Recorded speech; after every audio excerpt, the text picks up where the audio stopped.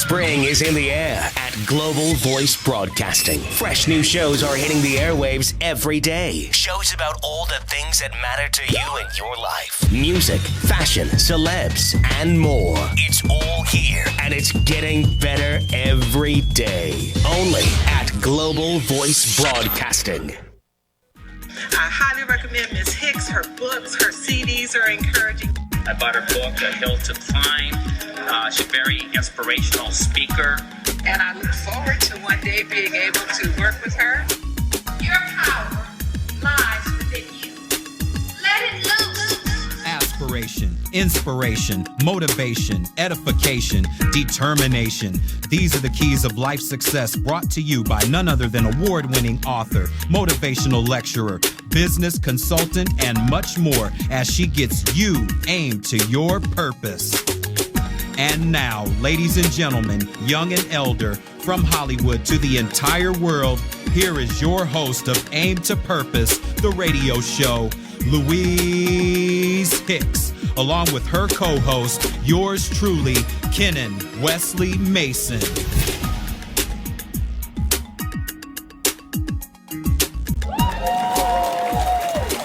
Hello, world. How is everybody? Hope you all had a great week. I know I did.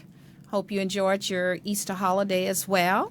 And that weekend, we are here again today with another edition of Aim to Purpose, the radio show. And I'm your host, Louise Hicks. And I am Kennon Wesley Mason, your co-host of Aim to Purpose, the radio show, where we come to you each and every Monday at this time from all over the world, or broadcasting to you from all over the world, or to all over the world. Good morning, good afternoon, and good evening to everyone listening and watching as we welcome you for this special two-part edition. We're doing another two-parter this week. Yes, we are.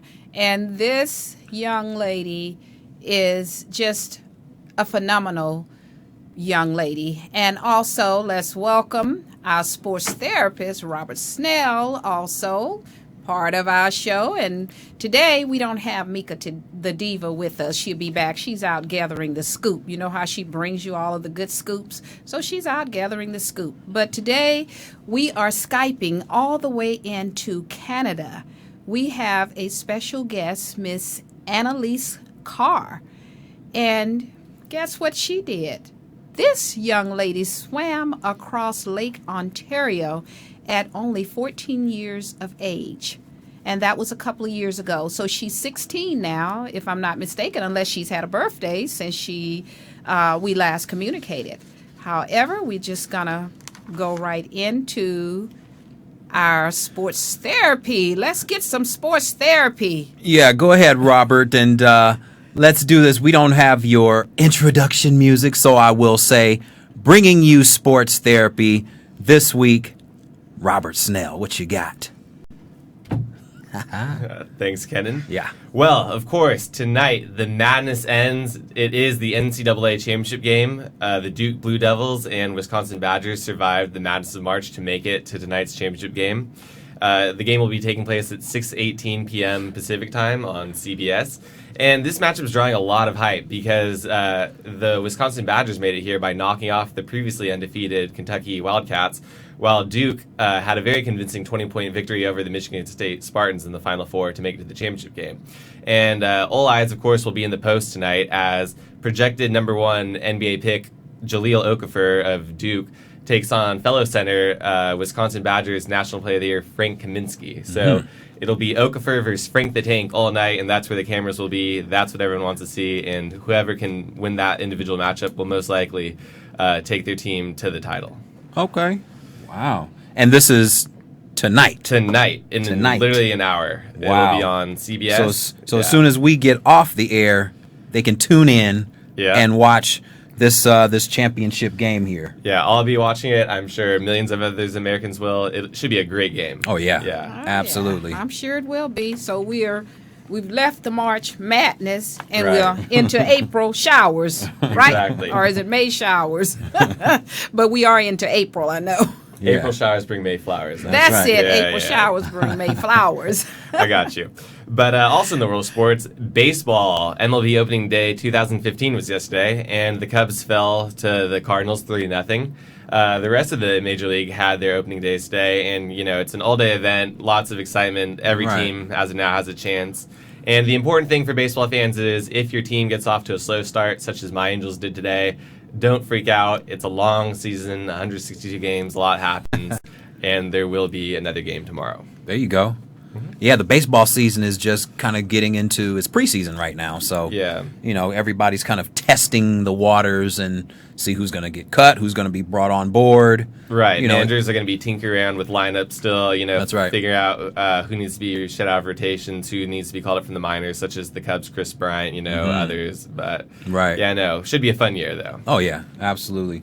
Yeah, there's millions of people that come. Actually, baseball is actually even more diverse now. I mean, a lot of managers are going all over to bring in more international players. Yeah. Well, the Latin America and Asian talent pools are the ones being Yeah. tapped right now. But, there's a lot of talent coming out of Latin America. Most recently, Yosmani Tomas, the third baseman and corner outfielder for the Diamondbacks, as well as the recently signed shortstop for the Boston Red Sox, who's escaping my name Right. now. But they both received, multi-million-dollar offers to come here and play. And, them along with, current MLB players such as David Ortiz, Hanley Ramirez, there's a long tradition now of Latin American success. Yes, Yeah. there is. What else you got for us? That pretty much does it for this week, though. What to watch for? Definitely, like I said, tonight, the National Championship game, and enjoy the opening week of baseball. And also, NBA, Derrick Rose says he will return this week. Wow. Yeah, no. Okay.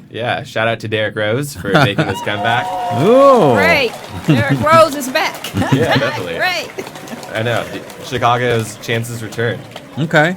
Yeah, Chicago is. They've been trying to make this comeback and be that top team that they once were. Almost, I guess, a generation ago. Back in the Jordan days, huh? Yeah. Right. Well, Derrick Rose was supposed to be that answer. That's the right. franchise, the long lost, centerpiece they've been looking for. But That's right. the health has been Injuries, Exactly. yes. It's been the Achilles heel for Derrick Rose, trying to make that comeback Right. into or bringing Chicago back into that kind of limelight. Yeah, but I'll be rooting for him and his knee this year. There you Yeah. go. I guess you would have to Yeah. now. Oh, yeah. That's one of the Definitely. issues with sports, injuries. Yeah. Definitely. So is that all that we have until next week? That'll cover it. All right. So that's Robert Snell with our sports therapy report. And so from there, we're going to go to a commercial break. Yes. And we're going to go to a commercial break, and then we're going to come back with our special guest for this edition, Annaleise Carr. Yes, and we will be talking about swimming for a cause, helping youth to fight cancer. And this is a topic that's dear to my heart. And just stay tuned because you will not want to miss this. Yes. And with that being said, we will be right back. Don't go nowhere. This edition of Aim to Purpose, the radio show, is brought to you by L. Hicks Consulting Services. When you want the best in business coaching, life coaching, or perhaps your organization, business, or company is in need of a dynamic speaker for an upcoming workshop or seminar, contact Louise Hicks for L. Hicks Consulting Services at 1-562-310-1495. From anywhere around the world, that's 1-562-310-1495. For more information about Louise Hicks and her consulting services, visit her website at www.louisehicks.biz. Again, that's www.louisehicks.biz. Or call 1-562-310-1495. L. Hicks Consulting Services, where professionalism is top priority.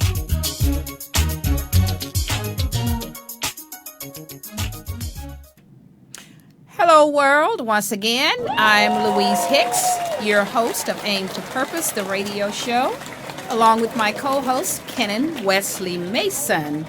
And we are here today, this wonderful spring day in sunny Southern California, here in Hollywood at Global Voice Broadcasting radio and network, I should say. And we have a special guest that we will be Skyping from Canada today. So we are going international with you today. And before we bring our special guest on, we're going to give you a little brief introduction of Miss Annaleise Carr. Yes, Annaleise Rebecca Carr is a 16 years young marathon swimmer from Walsh, Ontario, Canada. On August 19th, 2012, she became the youngest person to swim across Lake Ontario with the goal of raising money and awareness for Camp Trillium. She has competed in triathlons and at long and short course provincials as well as open water provincials, also at the Provincial Lifeguard Games as a member of the Town of Tillsonburg Life-Saving Club. Camp Trillium has been close to her heart since she visited their camp at Rainbow Lake in the summer of 2011 as part of the North Shore Swimmers. They raised approximately $15,000 for Camp Trillium, and her visit there has been forever etched in her memory. She's the recipient of many citizenship and philanthropic awards, including the 2012 Ontario Junior Citizen of the Year Award and the 2014 Dr. Brian Luke Spirit of Trillium Award. She's also an inspirational speaker and the author of her first book titled Annaleise Carr, How I Conquered Lake Ontario to Help Kids Battling Cancer. She's a proud member of the Writers Union of Canada, and her world record swim has raised more awareness to Camp Trillium and childhood cancer. So let's give a warm Aim to Purpose the radio show welcome to our special guest for this edition, Annaleise Rebecca Carr. Annaleise. Hello, Annaleise. How are you? Good. How are you? Wonderful, and welcome to Aim to Purpose the radio show. Oh my God, you have done so many phenomenal things, and you've done so many awesome things to help youth with cancer. And as you know, we've kind of talked about how dear this is to my heart, because I understand what parents go through when one of their loved one, their children, they are stricken with such horrific diagnosis as cancer, as I am the mother of a cancer victim as well that was stricken with cancer. And it's ironic, he was the same age as you were when you swam across Lake Ontario. Amazing. Oh. Yes, he was 14. And welcome to the show, and thank you so much. Thank you for having me. So we're just gonna go and start talking with you, and I think my son Kennon has a few questions for you before I get started. Well, just real quick, just briefly, you can kind of explain to our audience a little bit of your background, how long you've been swimming competitively, and also what led you, or how that led you into this particular swim here, swimming across Lake Ontario. All right. Well, I've been swimming competitively since I was 4 years old. I started really enjoying open water swimming when I was about 9. Then this all started to come to my mind when I did the 10-kilometer open water swim in 2011. And we went and had the tour of Camp Trillium. And just seeing all those kids and families there smiling and laughing and having such a great time made me really want to do something more to help. So I actually talked to one of the people who work there and asked if I could volunteer, but they told me that I couldn't until I was 18 years old. So I was thinking of other ways that I could help out this camp. And since I've been swimming my whole entire life, swimming kept coming into my mind. And I remember one of the guys who did the 10-kilometer swim with me had jokingly said that he expects big things from me and that I should swim across the lake. So I actually talked to my little sister about it, who's a year younger than me, and she was like, oh yeah, you can do that. And then the next hardest part was trying to convince my parents that it was a good idea. Right. They took a lot of convincing. Yes, but you know what? Having that little sister, isn't that amazing how much encouragement she gave you? And Exactly. Annalise, you were only 4, and this is when you first started swimming in championship events? Yeah, I started swimming competitively when I was 4 years old. And then I started like doing bigger swim meets when I was like 7. Wow, that's amazing. Now, at 4 years old, what was going through your mind? I'm just curious. You're only 4 years old and you're out here swimming events, and were you competing with other 4-year-olds as well? No, actually, I was like the only 4-year-old, and I'd be swimming against like teenagers. So I remember once actually when I went to swim a race, it was me and like a whole bunch of 16-year-old boys, and they're all like, "Oh, let the little one win, let the little one win." Obviously, they didn't, but. Oh no, you girl, Little did they know what was coming. they did not have a clue what was coming, did they? Let the little one win, and here you are, 4 years old. I mean, for someone to swim at your age, 14, and you know I've read the book, and we're going to talk more about the book next week, because we want to just get more information on what you're doing now and what happened. Are you still 16, Annalise? I'm 17. Oh, so 17, you had a there we go. birthday. You're 17 now. There we go. Okay, great. So now you're 17 and you started at 4, and you are a powerhouse. When I read about what you're doing and how this has touched me and what you're doing for the kids that are battling cancer and the Camp Trillium, and I'm just amazed, and I'm so proud of you and what you're doing and how you found this as a purpose for you. And I read a little bit about the Hammerheads. Now, at Norfolk, is that? Norfolk Hammerheads. Okay, Norfolk. Okay. So the Hammerheads, how were they thinking? What were they thinking when you told them you were going to do this? What were their thoughts? Did they tell you, girl, no, you can't. You're not going to be able to do this. You're only 14. Well, the coach that I had when I did this swim, she was brand new to the Hammerhead, so she didn't really know me that well either. So I think it was kind of a surprise to have this swimmer that you just met this year telling you that she wants to swim across the lake. But my coach got right on board and helped me out, and I actually had one of my pacers this summer swam across Lake Erie. He was one of my pacers, which was really awesome. That is great. Now you had to convince your parents. You had your little sister. What exactly did you say? Did your sister go to your parents first, or did you go? How did that come about, where you had your parents, Jeff and Debbie? Is that correct? Yes. How did you convince them to allow you? You're only 14, and you're gonna swim across this huge lake, Lake Ontario, one of the largest lakes in the world, actually. How did you do that? How did you convince your parents?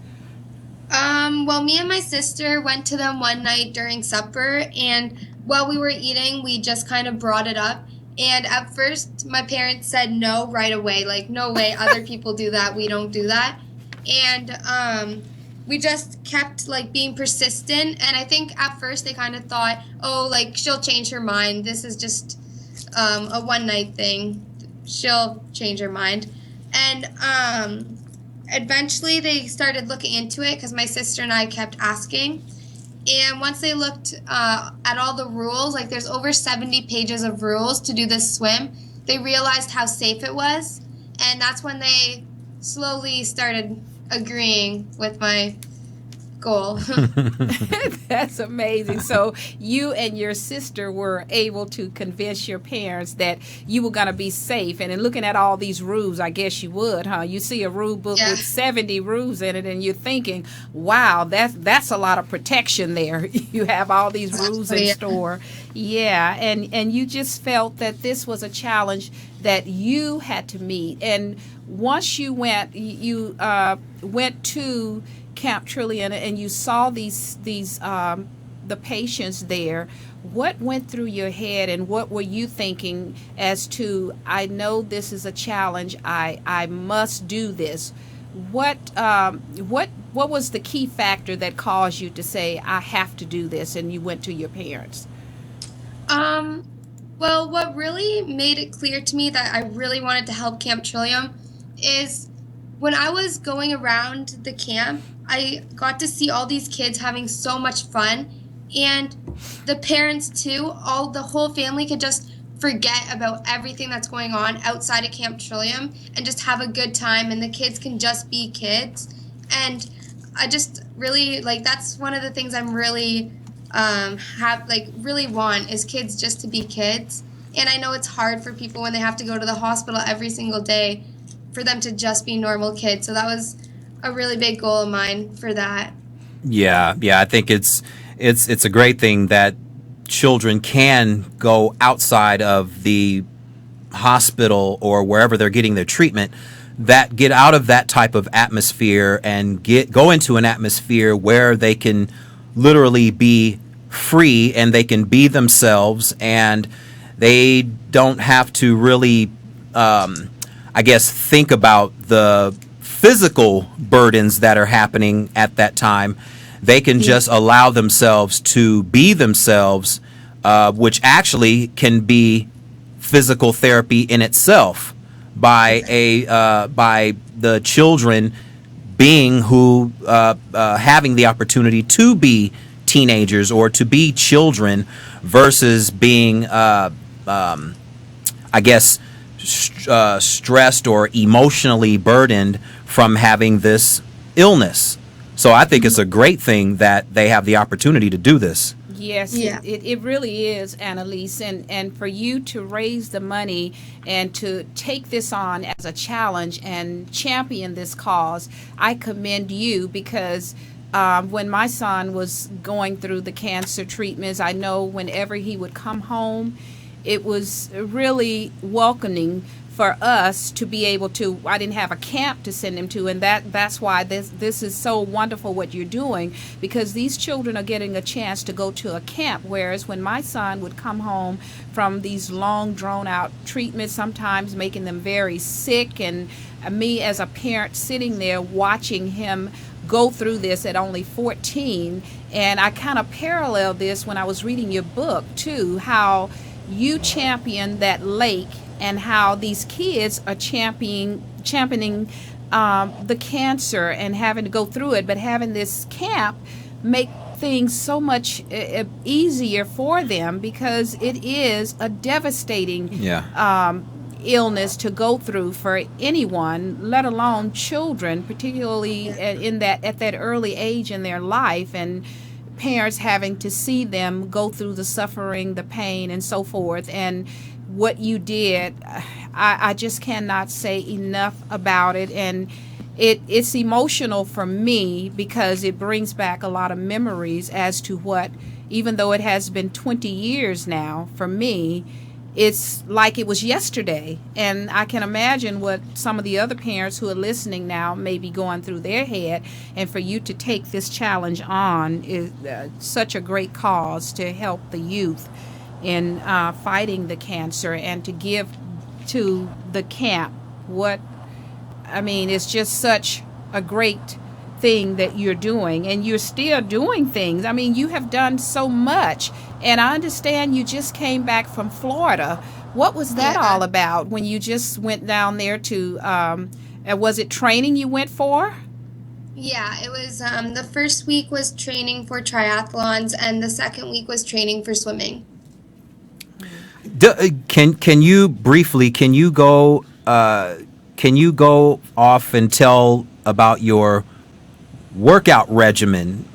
Being a personal fitness trainer and a nutrition and wellness counselor, I like to hear what the regimen is for you to prepare for something that's not only physically can be physically taxing, but also can be mentally taxing, something such as a triathlon, or something such as swimming, which is one of the best exercises out there. Yes, it is. And before you tell us that, Annaleise, we have a video clip, And I just want to play that clip while you're thinking about how you're going to tell us the question, the answer of what Ken just asked. Let's play that clip, and so the audience can see what you did and how you tackled that lake.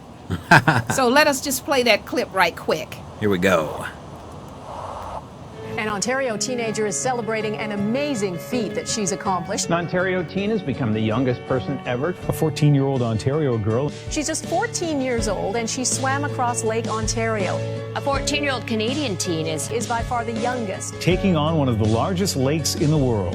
Annaleise Carr wants to become the youngest person ever to swim across Lake Ontario. Water. What she's done will pay off for charity. 27 hours and 52 kilometers later, Annaleise Carr makes one final push to the finish line and crawls into the history books. At 14, she's the youngest swimmer to cross Lake Ontario. Okay. I was born to swim. Annaleise, this is just what you did, and watching you stroke up to the finish line after 27 hours just about of being in the water. Now, go ahead and answer and tell us how you prepared yourself to do this, the stamina you had to have had. It's amazing. Well, I'm always training. I'm like swim year round, but to train for the specific open water swims, I had to do a lot more training than what I was used to. So for Lake Ontario, I would swim every single day, and until about the beginning of May, I would be in the pool. I started training for the swim about 9 months before, so about half my training was in the pool, and I do a lot of tethering, and tethering is where there's like a rope tied around your waist, and then it's connected to the swim blocks, so you're just swimming in one place, and I do that for 3 hours, and it'd be super, super boring. And then, as soon as it was warm enough to get into the lake, my coach and I would be at the beach every single day. And sometimes we'd spend the whole day at the beach. We'd go for a swim, go for a run, go kayaking. Like, she did a lot of different things so that I didn't get bored of swimming all the time. And I was also going to the gym a lot as well. So every day I was doing something. About a week before my swim, I started to lay back on my training.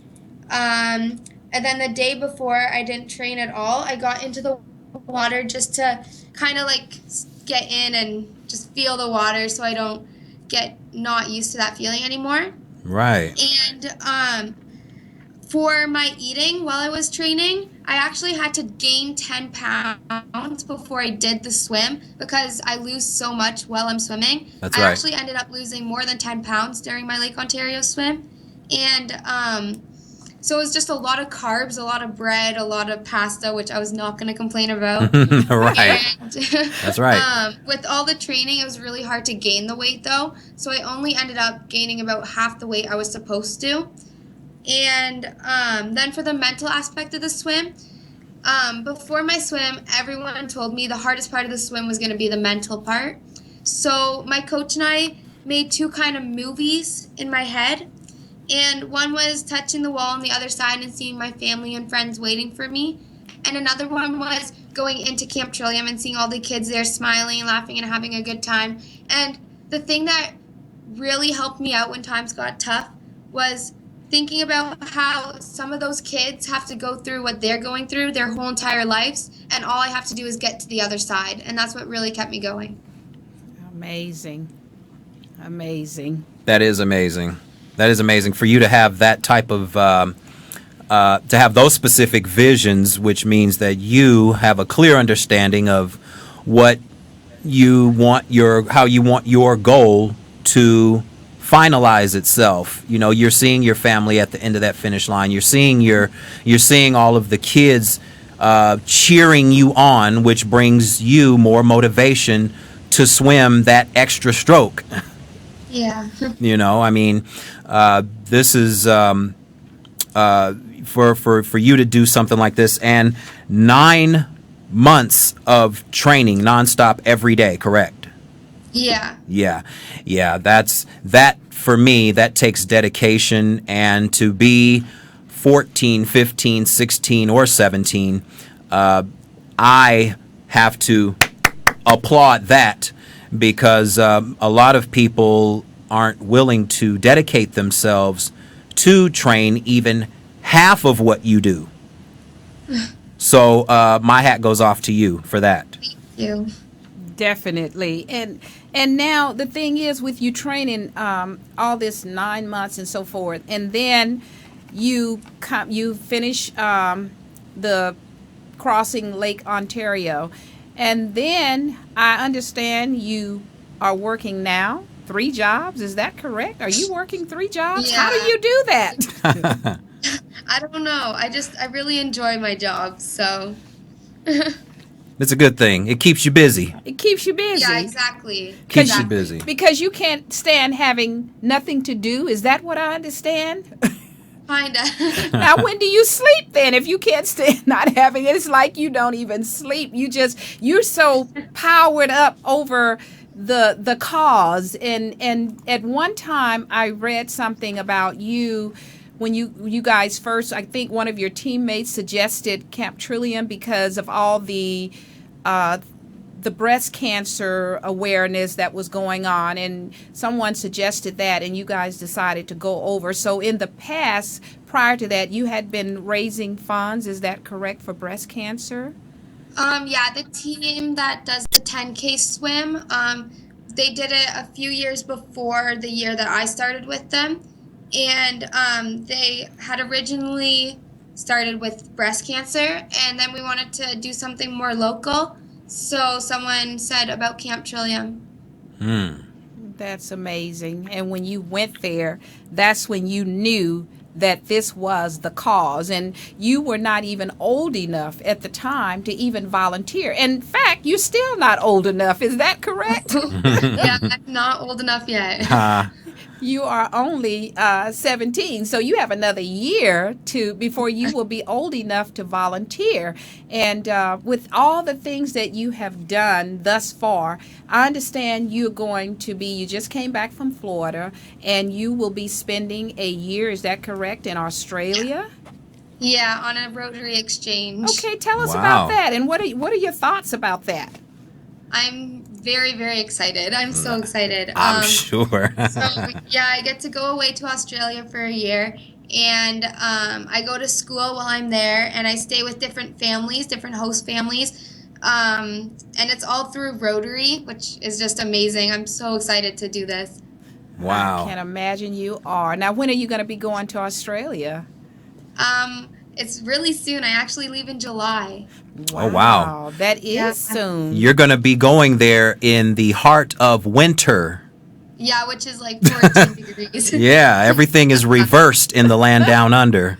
Yeah. So when it's hot as July here, it's going to be cold and weather is cold down in Australia. So be prepared.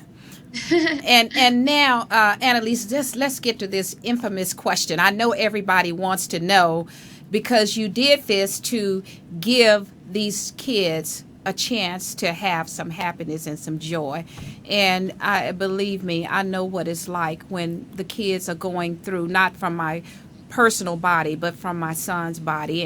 And you do feel like, as a parent, when this is happening to your child, I know I did, I felt it was happening to me, staying in the hospital day in and day out, and going on my lunch hour there, as well as spending the night, every night, watching the chemotherapy side effects, and dealing with my son's just suffering and massaging. I mean, you do everything you can as a parent to help ease the pain with your child, and you just, all you can think about is, what can I do to help to ease the pain and the suffering, because it's so intense and so much. And I know when you saw these children, your heart went out, and I know that I can feel your passion, your compassion, and you start raising all this money. What was your goal when you first started? What did you plan on? How much? My goal was to raise $30,000 for Camp Trillium, and during Lake Ontario, we ended up raising over $100,000, and then we raised another over $100,000 this summer with Lake Erie. So now we're over $250,000, which is incredible. I still can't get my head around it. Wow. That's great. You're over $500,000, right? Is it a quarter million dollars? You're over $250,000, and you started out with your cause for $30,000, and that's amazing what you have done. And I can see why you're getting all of the accolades that you're getting. And did you win the Citizen of the Year, the junior, I guess, the Youth Citizen of the Year? Yeah. And how did that? How did you feel when you were getting that award? What went through your head? And did you get it twice already, or just once? Twice. It's amazing. I still can't get over it. Like, when I did this swim, I did not expect any of this to happen afterwards, and it's been overwhelming, but I mean, it's been an amazing experience. And I don't even know what to say, because it's crazy everything that's happened since. I can imagine. It's been a whirlwind, right? Yeah. A whirlwind. Let me ask you this: why? There's many different illnesses that people want to bring awareness to bring awareness. Have and to bring information, more information, better information about the illness, how we can reverse or treat the symptoms. Why cancer for you? Well, fortunately, we don't have any cancer in my family. I think it was just getting to meet these kids and hearing their stories just really made it close to my heart. So yeah, I don't know. Especially like those poor kids that had to go through all that, and it can really be, it could really take you back. I just saw a few advertisings on television from a children's hospital where they were, showing young children. Probably 10 and younger that have gone through rounds of chemical therapy and radiation because they've developed or had some form of cancer when they were infants, a lot of them. And when you see them physically, it takes you back automatically. But then, like you said, when you start to hear them speak, and of their stories. Every individual has their own individual story to tell. So when you hear these children tell their stories, it almost like they draw you in and you become a part of their story, which is what you're doing now. You're becoming a part of all of these children's stories at Camp Trillium because you're helping to bring awareness to this illness in the hope that we can get better information out so we can get rid of this illness. Yeah. Yes, you really are. And the support that you're getting from all the sponsors and that's helping you and to raise over $250,000, that is heartfelt. And when you see the children, because I know when my son was going through it, and the medical team along with the nurses, all inclusive, the entire medical team, what they do to help you, because it's anybody that's diagnosed or stricken with an illness like this, it's devastating. But when you see these children, and it was so devastating, and seeing how the medical team was there, and I'm sure as you were at Camp Trillium and you saw the directors and all the people that are there supporting these kids and their families being there and being able to go with them, because the families, with your support and the sponsors and everybody that's supporting, it enables the families also to go to Camp Trillium. Is that correct? Yeah, the whole family is allowed to go. Oh, Wow. See, that makes such Yeah. a difference. That makes it because- better. Yes, it makes it Yeah. so much better because it's hard enough because when my son would come home and some of my friends and family would come and get him and take him to the movies and to the beach, things that he wanted to do when the pain wasn't as bad. And my son here, Kennon, at the time was an adult, a young adult at the time, and he was also there to support me in what I was going through, having to work at the time because I wasn't a stay-home mom. I had to go to work every day and sit all night with my son, and needless to say, I would be exhausted. And I sat there every night until, Annaleise, what happened to me? I ended up in an emergency myself. So it's really hard on the parent, even though you know your child is the one that's going through all of these medical events that they're going through. It's really hard and devastating on the parent because I ended up in emergency at the time, and the doctors wouldn't let me come and stay for a few nights because I was totally exhausted. It is exhausting, and for these kids to be able to go with their families at this camp, that is so much needed because you need your parents, and it's hard. Or just a support system, period. Whether it's parent, guardian, brother, sister, best friends, whoever will lend that emotional support, the physical support, the spiritual support, all of those things are greatly needed in this particular time when these children are not only fighting for their lives or keeping themselves from passing, but they're doing their best to keep themselves living at the same time. And that's one of the things I really love about Camp Trillium is that the whole family is allowed to go. And the saying at Camp Trillium is that when one person in the family is affected by cancer, the whole family is. That's right. And that's exactly, it's so true. So it's so nice, like, to let the parents and the brothers and sisters come. And I know they have days at the camp where the parents get to go and talk to other parents who are going through the same thing. That's right. And the kids can just go and hang out with all the other kids.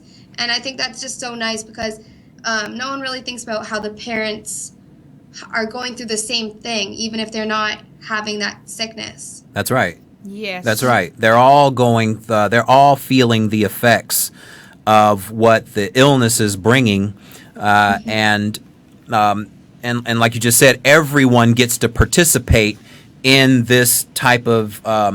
I guess this would be a part of the healing process, bringing people together that can identify with each other, and it creates a synergistic kind of a feeling throughout the entire camp where everyone is kind of feeding off of each other. Everyone is feeling each other's stories because they all can relate.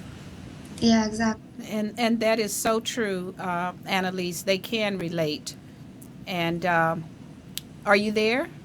Yeah, she's here. Okay, I was gonna say when you mention about the family and all that support, friends, whoever it is, it's really a good thing, as you said, when the parents can get together and talk to other parents, because I wanted to share a little story with you about what I went through at the time when I had a younger daughter. My daughter now, who is 25, and she's the only daughter I have, the two sons, the one that was stricken with the cancer, and my son here, and my daughter.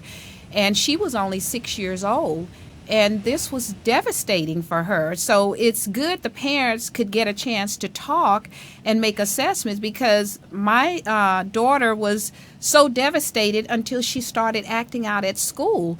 And the main reason was she wasn't getting the attention from me that she was so used to getting, because my kids are pretty spread pretty far apart in their age. With David, who was the one with the cancer, was...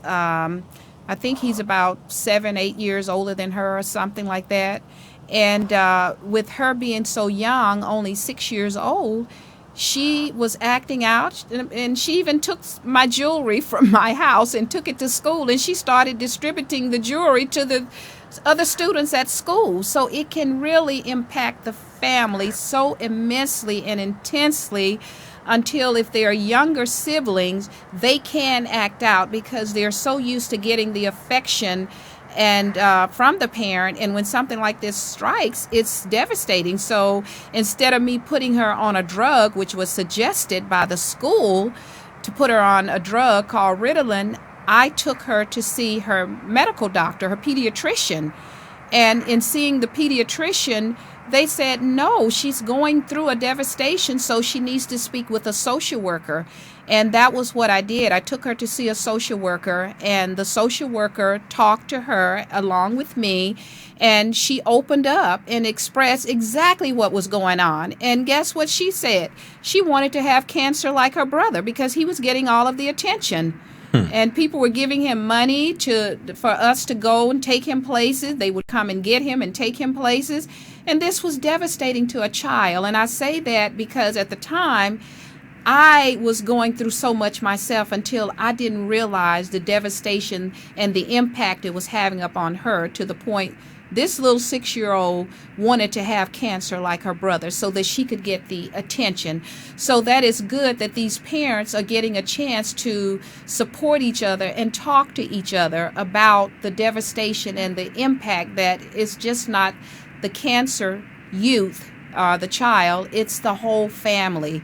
And it makes such a difference. So I'm glad that's happening. Now, did you get an opportunity to talk to some of the children while you were there? Or do you go back to visit periodically? I know you can't volunteer, but how does that work with you and all that you're doing? Yeah, I go back once in a while and I get to see some of the kids. On Canada Day each year, I go to the camp and I actually they have a little pond that they can swim in. So we swim across the pond and back together, which is honestly my favorite swim ever, every year. And yeah, I get to go and have dinner sometimes with the kids, and it just amazes me how happy they all are, and it's incredible. I can imagine, and I'm sure they just love you. Love you to life. Because you are so lovable. I can tell that by talking to you. What's the age range of the children that go to this camp?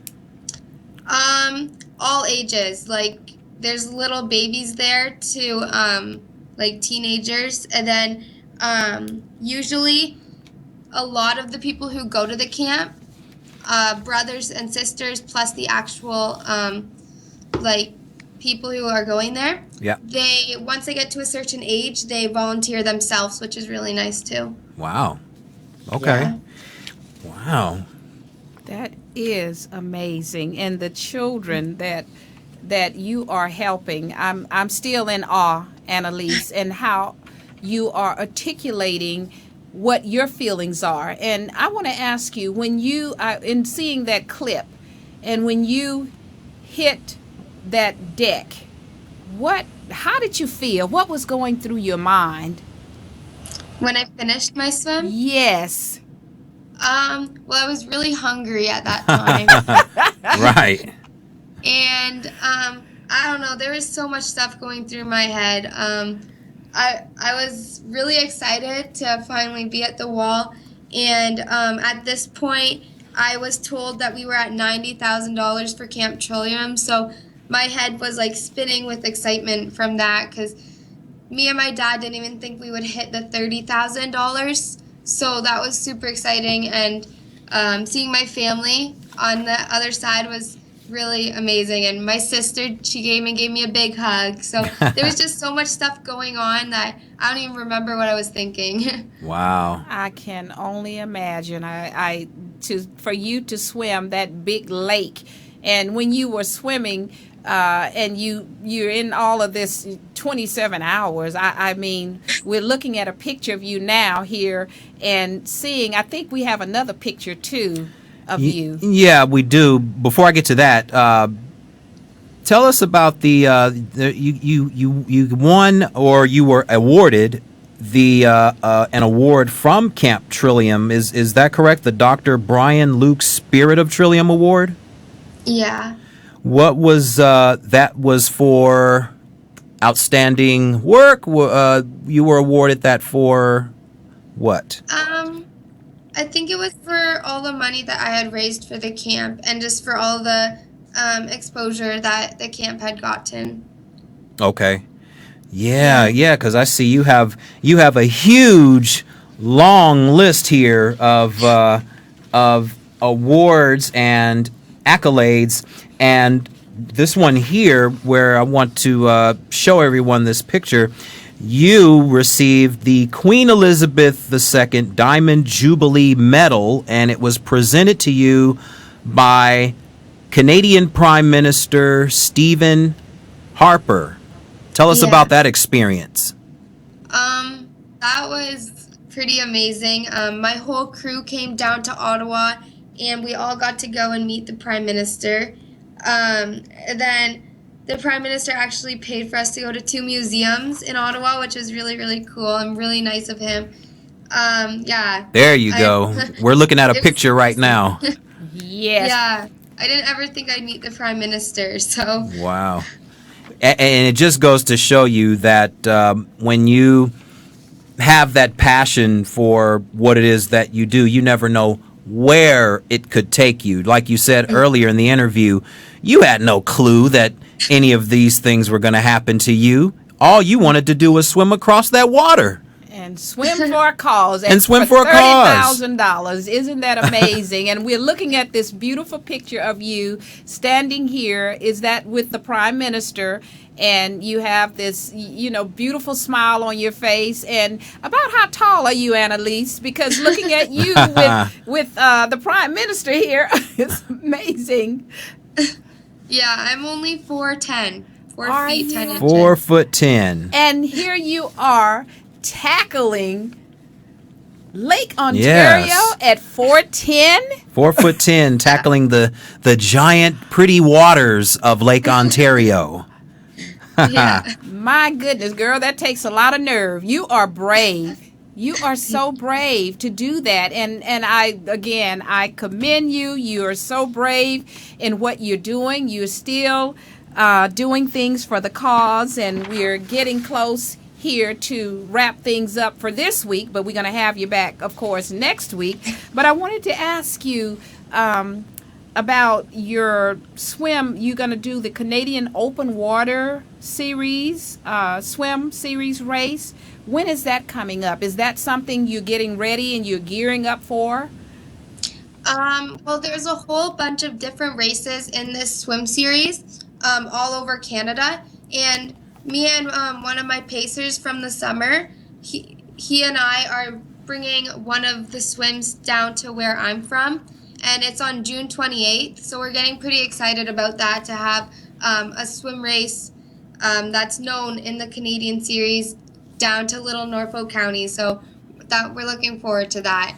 Down to Little Norfolk County. Why do you call it little? How many people are there in Little Norfolk County? I'm not sure, but it's not too big. Okay. There you go. It's a great community, though, that's for sure. It's a what? I'm sorry. It's a big community. And that's great. And it sounds like it's really a close-knit community, and they are really supporting you. That's right. That's amazing. That's right. They're all in support of you, and I'm pretty sure they will continue to support you as you progress and as you go into adulthood. Then that will start to open up even more doors for you as you progress in your work, helping children with this illness. Yeah. You're gonna be able to as they say, the sky's the limit, but you can go beyond that. It's really limitless. They always say the sky is the limit, but my thing is everything is limitless, and particularly when you are championing a cause like what you're doing, and what a great cause here, and some of these great accolades that you have here.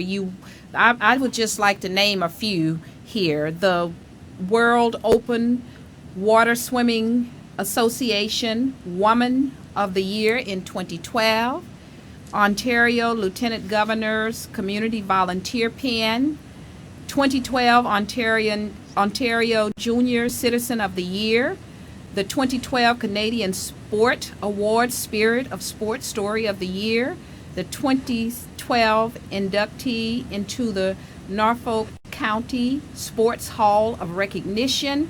I mean, and we can go on and on here on the things that you have done. The 2014 Ontario Junior Citizen of the Year. And did you say you are about to get that one again? Or you've gotten it? I just got it for the second time. Yeah. Oh, you just got it. The 2014 is the second one. You got the first one, 2012. Okay. Great. So at any rate, we are so happy to have you, and I want to show your book because next week you will be on again, and we want our listeners to come back. This is the book. Let me hold it up here so we can really see it, that Annaleise Carr has written. Yes, it's called Annaleise Carr, How I Conquered Lake Ontario to Help Kids Battling Cancer. Yes, and we're going to talk more about the book on our next show, and that's why we wanted to have you back. And this is Annaleise Carr's story as told to Deborah Ellis, an award-winning author. So we're going to have her back, dynamic author at 17. I mean, she has done so many things. And thank you, Annaleise, and we look forward to having you back next week to talk some more. And we're going to get ready and go. Is there anything else you want to say, Ken? And Annaleise, we want you to give your website right quick as well. All right. It's www.annalisecarr.com. Okay. One more time for the audience, please. www.annalisecarr.com. And that's Annaleise, Annaleise, Carr.com. What a beautiful name. And that's Carr with 2 R's, ladies and gentlemen. That's right, 2 R's, Carr. Yes, so we can get that right. Well, we want to thank you, Annaleise, for being here for part 1 of this edition of Aim to Purpose, the radio show. Thank you so much. Thank you. And we look forward to hearing from you and seeing your lovely face next week.